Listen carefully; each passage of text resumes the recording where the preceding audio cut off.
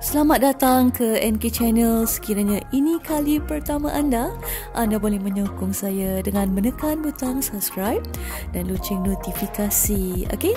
Jadi untuk hari ini saya nak bawakan sedikit perkongsian berkenaan dengan senarai bantuan yang boleh diterima oleh mereka yang telah mendaftarkan diri di bawah sistem e-Kasih. Okey. Jadi kalian tahu tak sebenarnya apa sistem e-Kasih ni dan apa bantuan-bantuan yang ditawarkan oleh kerajaan untuk mereka yang berdaftar dalam sistem ni. Okey. Jadi sistem e-Kasih ni dia sebenarnya adalah satu pangkalan data ataupun pangkalan maklumat di kalangan rakyat Malaysia yang berada di bawah paras miskin untuk diberikan kemudahan di bawah program kemiskinan Malaysia. Okey. Jadi untuk melayakkan diri untuk anda berdaftar ataupun melayakkan diri untuk masuk ke program ni, untuk mereka yang berada di kawasan bandar, lingkungan gaji perlulah 1,500 dan ke bawah. Seterusnya, jika anda berada di kawasan luar bandar, gaji ataupun pendapatan bulanan anda perlulah kurang daripada RM1,000 untuk melayakkan anda untuk dimasukkan ke dalam pangkalan data sistem e-Kasih. Okey. Jadi diharap bahagian pertama berkenaan dengan apa kelayakan untuk didaftarkan dalam e-Kasih ni anda semua dah jelas. Okey, seterusnya kita akan pergi pula kepada bantuan dan apa yang anda boleh terima sekiranya anda layak masuk ataupun diterima untuk berada dalam sistem pangkalan data e-Kasih. Okey. Jadi pertama sekali anda akan diberi keutamaan untuk menerima semua bentuk bantuan kerajaan yang diumumkan daripada semasa ke semasa. Okey? Tak kisahlah sama ada bantuan Prihatin Rakyat, BPR ataupun bantuan khas COVID-19 yang telah diumumkan baru-baru ini ataupun mana-mana bantuan lain yang bakal diumumkan oleh kerajaan. Keutamaan yang utama akan diberikan dulu kepada mereka yang telah didaftarkan ataupun berada dalam sistem e-Kasih, memandangkan julat pendapatan mereka adalah paling rendah di Malaysia. Okey.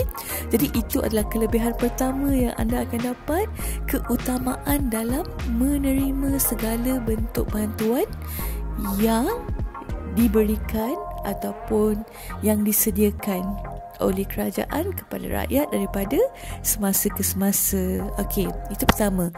Kedua, sekiranya nama anda tersenarai dalam portal e-Kasih ni, anda juga layak menerima bantuan sara hidup sehingga 1,200 setahun dan setiap anak-anak anda juga boleh mendapat RM120 setiap seorang. Okey. Tapi syaratnya anda kena layak lah dan anda kena, orang kata, dimasukkan ke dalam sistem tersebut. Okey. Sekiranya anda gagal dan tak dapat didaftarkan, anda tak dapatlah menikmati semua manfaat ni. Okey. Itu adalah kedua yang penting juga untuk kalian tahu. Seterusnya yang ketiga adalah bantuan e-Kasih kepada golongan ibu tunggal dan warga emas. Jadi untuk makluman semua, sepanjang tempoh PKP terdapat banyak bantuan yang disediakan untuk kelompok ibu tunggal dan warga emas yang berkelayakan berdasarkan senarai nama di bawah sistem e-Kasih. Okey. Itu pun adalah antara bantuan yang boleh diperolehi bagi mereka yang layak mendaftar dalam sistem e-Kasih. Yang keempat adalah bantuan untuk mereka yang berada dalam golongan orang kelainan upaya dan bantuan anak yatim. Okey, jadi untuk yang ni, untuk bantuan OKU dan bantuan untuk anak yatim ni, setiap kali kerajaan mengumumkan secara one off ada bantuan untuk orang kurang upaya ataupun bantuan anak yatim, biasanya kerajaan akan merujuk kepada senarai nama dalam pangkalan data portal e-Kasih untuk diberikan keutamaan dalam pembayaran bantuan itu terlebih dahulu. Seterusnya, yang terakhir yang ingin saya jelaskan hari ini adalah berkenaan dengan bantuan bantuan persekolahan yang juga diberikan melalui sistem e-KASI ni.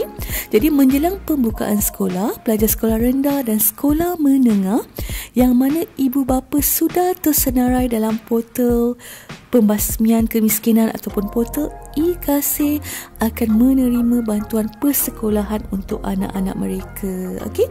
Jadi ini adalah antara 5 senarai bantuan yang akan diterima oleh mereka yang telah mendaftar dalam e-KASI. Okey. Jadi nasihat saya, sekiranya anda adalah rakyat Malaysia yang berpendapatan RM1,500 dan ke bawah dan berada di kawasan bandar, serta mereka yang berada di kawasan luar bandar dan mempunyai pendapatan RM1,000 dan ke bawah, digalakkan untuk anda memohon e-KASI untuk mendapatkan bantuan-bantuan yang disediakan oleh kerajaan. Okey, jadi di skrin saya ada menyediakan nombor telefon yang boleh anda hubungi untuk setiap negeri dan anda boleh bercakap dengan pegawai yang bertanggungjawab untuk mendapatkan bantuan selanjutnya berkenaan dengan pendaftaran dan apa tindakan yang perlu anda lakukan untuk membolehkan anda melayakkan diri ataupun mendaftarkan diri dalam sistem e-KASI. Okey, jadi sekian saja perkongsian saya untuk malam ni.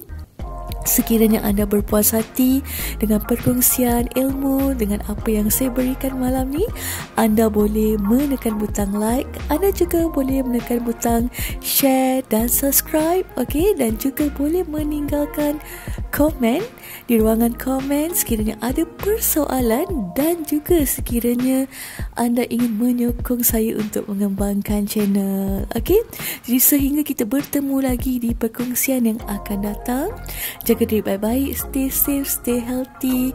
Berjumpa lagi di video seterusnya. Take care semua. Bye.